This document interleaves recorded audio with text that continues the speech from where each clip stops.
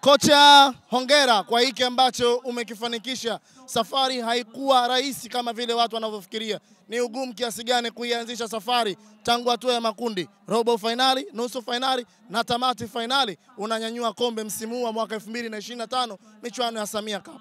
Alhamdulillah, kwanza awali ya yote napenda kumshukuru Mwenyezi Mungu kwa kuweza kutupatia ushindi siku ya leo na kuwa mabingwa wa Samia Cup.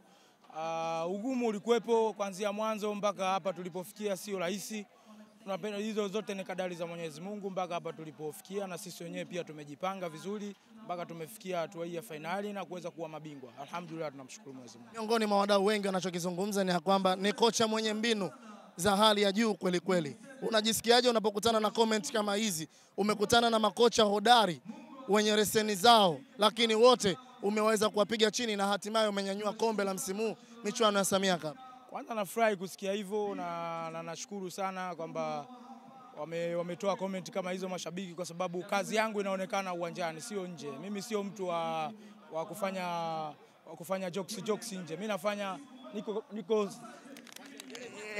niko serious na kazi yangu ndani, nafanya kazi yangu kwa weledi mkubwa. Namshukuru Mwenyezi Mungu mpaka hapa tulipofikia, na mbinu zote zimefanya kazi na kuweza kuwa mabingwa siku ya leo.